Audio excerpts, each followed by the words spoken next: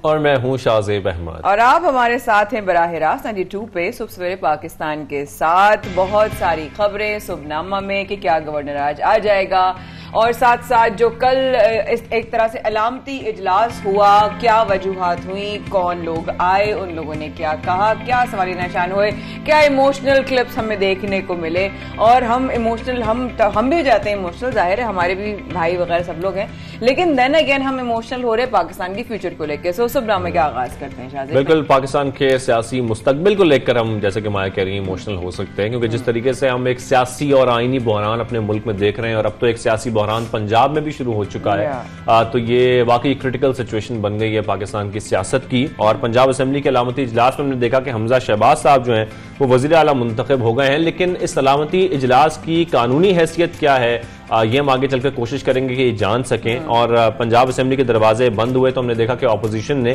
ایک نجی ہوٹل میں علامتی اجلاس بلایا، جس میں تمام ارکان نے وہاں پر جو ہے شرکت کی۔ کافی لوگ وہاں موجود تھے، اور ساتھ ساتھ اگر ہم تھوڑی ڈیٹیل میں اگر اس کے بارے میں جائیں تو ترین گروپ کے جو اوبیسلی ان کے بہاف پر انہوں نے بات کی، اور ان کے تقریباً 7-8 افراد تھے، اور یہ بھی بات ہوئی کہ جی کیا ترین صاحب آنے والے ہیں، تو ان کو ان کی صحت کو بہتر کہتے ہوئے انہوں نے کہا ڈاکٹر نے ان کو سفر کرنے کی اجازت دے دی، انہوں نے کہا ایک ہفتے کے اندر جو ہے ترین صاحب ول بی ہیئر۔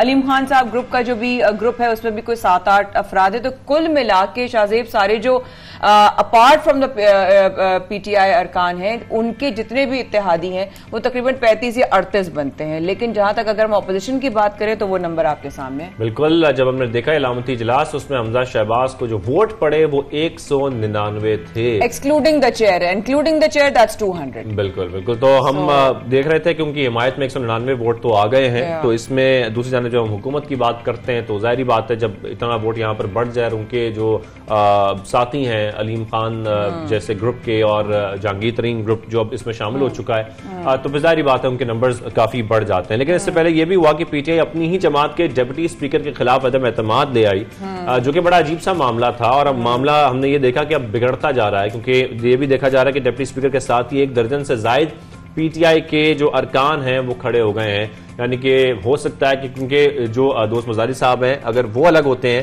تو یہ 12 ارکان جو ہیں یہ بھی ان کے ساتھ الگ ہو جائیں گے، تو پھر ارکان کی جو تعداد ہے پی ٹی آئی کی پنجاب اسمبلی میں وہ مزید کم ہو جائے گی یا ہو چکی ہے۔ دوست مزاری صاحب نے کل بھی نیوز میں ایک جگہ بڑا کلیئرلی ان سے پوچھا گیا تو کیا آپ پی ٹی آئی کے ساتھ ہیں، تو انہوں نے کہا میں پی ٹی آئی کے ساتھ ہوں۔ کیا آپ نے پی ٹی آئی چھوڑی ہے؟ نہیں، میں نے ابھی تک نہیں چھوڑی۔ کیا آپ کو پچھلے 24 گھنٹے میں کسی اپوزیشن کے یا پی ایم ایل این کے کسی بھی جو ہے وہ رہنما سے آپ کی ملاقات ہوئی ہے؟ انہوں نے اس کو ڈینائی کیا، لیکن ساتھ میں انہوں نے اپنا شاہزیب شکوہ بھی کیا کہ دیکھیں نا میرے ساتھ کیا کیا، دیکھیں میرے خلاف جو ہے اس طرح کر کے ایکشن لیا گیا، مجھے اس طریقے سے مجھ پر الزام لگایا گیا، میرا ساتھ نہیں دیا گیا۔ تو اس پر انہوں نے اشارتاً اس بات کا جواب دیا تو کیا آپ پی ایم ایل این کی طرف جا رہے ہیں؟ کیا آپ اپوزیشن کے ساتھ مل جائیں گے؟ کیا آپ وہاں پر اتحادی ہو جائیں گے؟ یہ سوال جو ہے انہوں نے فیاض شان تو کہہ رہے ہیں کہ وہ اپوزیشن کو پیارے ہو چکے ہیں، ہاں وہ لیکن بقول ان کے ہی ہیز ناٹ جوائن، اپنی کوئی سٹیٹمنٹ ابھی تک نہیں آئی ہے۔ پارلیمانی پارٹی اجلاس میں بھی پی ٹی آئی کاف لیگ کے صرف 139 ارکان نے شرکت کی، 139 بس، اور جیسے کہ ہم بتا رہے ہیں کہ فیاض شان صاحب نے یہ کہا ہے کہ دوست مزاری اپوزیشن کو پیارے ہو چکے ہیں۔ دوسری جانب ہم یہ دیکھ رہے ہیں قومی اسمبلی میں ڈپٹی اسپیکر کی جو رولنگ ہے اس کی کیس کی سماعت آج صبح 9:30 بجے دوبارہ ہونے جا رہی ہے۔ گزشتہ روز ہم نے دیکھا کہ بالکل اب سے کچھ 15 منٹ بعد یہ سماعت شروع ہو جائے گی دوبارہ سے، اور گزشتہ روز ہم نے دیکھا تھا کہ جو وکیل ہیں علی ظفر انہوں نے اپنے دلائل پیش کیے تھے جس میں عدالت کو اسپیکر کی رولنگ کا جائزہ لینے کا اختیار نہیں، یہ انہوں نے کہا۔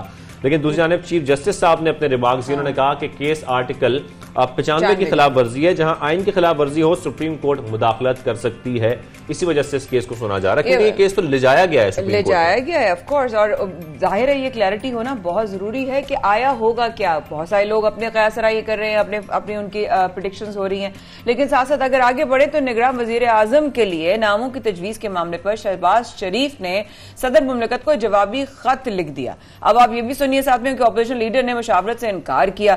خط کے متن میں انہوں نے شہباز شریف نے کہا کہ جناب عمران خان کی جانب سے جسٹس گلزار کا نام دیا جانا غیر قانونی ہے۔ بالکل، یہ انہوں نے خط کے جواب میں لکھا ہے. تو ایک جانب تو ہم دیکھ رہے ہیں کہ اسکت نوٹس کی سماعت ہو رہی ہے جو اب سے کچھ دیر بعد ہوگی، اور دوسری جانب جو یہ معاملہ چل رہا ہے کیونکہ کوشش یہ کی جا رہی تھی حکومت کی جانب سے، پی ٹی آئی کی جانب سے، کہ اپوزیشن کی جانب سے کچھ نام بھیجے جائیں نگراں وزیر اعظم کے لیے، لیکن اس کا مطلب یہ ہے اپوزیشن کے مطابق کہ ہم ایکسیپٹ کر لیں کہ اس وقت جو آپ کا اس وقت جو معاملہ چل رہا ہے، جو سب کچھ ہو چکا ہے، ہم اس کو ریورس نہ کریں، واپس نہ جائیں، یعنی کہ ہم سپریم کورٹ کے فیصلے کا انتظار نہ کریں، ہم سب کچھ ایکسیپٹ کر لیں. اسی لیے شہباز شریف صاحب نے خط کے جواب میں یہ لکھا ہے کہ گلزار احمد صاحب کا جو نام ہے وہ دیا جانا ہی غیر قانونی ہے. خیر آگے بڑھتے ہیں اور آگے بڑھ کر کچھ اور بھی خبریں آیا جو ہم نے شامل کرنی میں، جیسے کہ ہم دیکھ رہے ہیں کہ انٹر بینک میں ڈالر 89 پیسے مہنگا ہو کر تاریخ کی بلند ترین سطح پر پہنچ گیا ہے، 186 روپے 12 پیسے کا ہو گیا. صاحب کل ہی یہ بات کر رہے تھے نا ہمارے شو میں آ کے کہ بھائی کچھ بھی ہو سکتا ہے، اگر 200 تک ٹچ کر گیا تو یہ ہسٹری میں سب سے زیادہ ہائیسٹ ڈالر کا جو بڑھنے والا نمبر ہوگا، یہ دیکھا جائے گا ہسٹری میں. اور اگر ہم ہسٹری کی بات کر رہے ہیں تو جناب پچھلے 5 سال اگر خدا نخواستہ یہی گرمی کا موسم کی بھی اگر بات کریں تو جس طریقے سے موسم چینج ہو رہا ہے تو یہ نظر آ رہا ہے کہ پتہ نہیں شاید موسم چینج ہو رہا ہے اس لیے یہ سب حالات ہو رہے ہیں، یا یہ حالات ہو رہے ہیں اس لیے موسم کی بات کر رہی ہوں. میں ہر طرح کے موسم کی بات کر رہی ہوں واقعی میں، کہ کیونکہ اتنا زیادہ ہیٹ ویو بھی آ رہا ہے، اس سے بھی انشاءاللہ ہم بات کریں گے پروگرام میں آگے چل کے. لیکن ایک ماہ میں ڈالر کی قیمت میں 9 روپے تک اضافہ ہونا شاہزیب، کہاں کا انصاف ہے، کہاں کی کون سی حقیقت میں رہ رہے ہیں. اور دوسرے ہم یہ بھی دیکھ رہے ہیں کہ ایشیائی ترقی بینک نے بھی یہ خدشہ ظاہر کیا ہے کہ جو مہنگائی ہے اس میں مزید اضافہ ہو سکتا ہے. تو یہ ان کا خدشہ ہے. ظاہری بات ہے جو اس وقت ملکی صورتحال ہے اس میں ایسے جو خدشات ہیں اس کا اظہار کیا جا رہا ہے. ہم مختلف ایکسپرٹ سے بھی یہ سنتے ہیں جو چاہ رہے ہیں شاید اس کا بالکل اپوزٹ ہوتا جا رہا ہے. ہم چاہ رہے ہیں کہ کوئی کمی آئے، کوئی آسانی آئے، کوئی ریلیف ملے عوام کو، اتنا ہی الٹا چلتا چلا جا رہا ہے. 9 روپے ان اے منتھس ٹائم، یہ بہت بڑا نمبر ہوتا ہے. 9 روپے. شہزاد صاحب کی مجھے وہ باتیں یاد آ رہی ہیں جنہوں نے جس طرف اشارہ کیا تھا ہمارے پروگرام میں.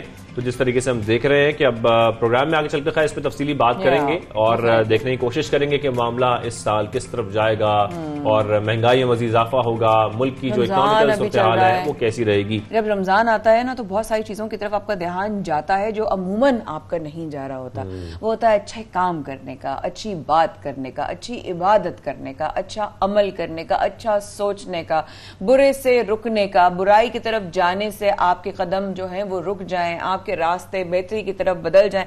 یہ تمام چیزیں رمضان کے ساتھ آتی ہیں. لیکن رمضان کے ساتھ ہمارے بیسکس ہیں نا، ہمارے ان میں سے ایک آپ کا جو آتا ہے وہ ہے آپ کا زکوٰۃ یا آپ کے عطیات جو آپ دینا چاہتے ہیں. ابھی میں ثانیہ سعید جی جو ہماری پاکستان کی بہت بڑی آرٹسٹ ہیں ان کی ویڈیو دیکھ رہی تھی. وہ انڈس ہاسپٹل گئیں، وہاں جانے کے بعد وہاں پر انہوں نے بہت سارے بچوں سے باتیں کی، بچوں کے ساتھ تصویریں کھینچی تو اس پہ یہ بھی لکھا کہ ان بچوں نے مجھ سے اپنی سیلفیاں کھچوائی.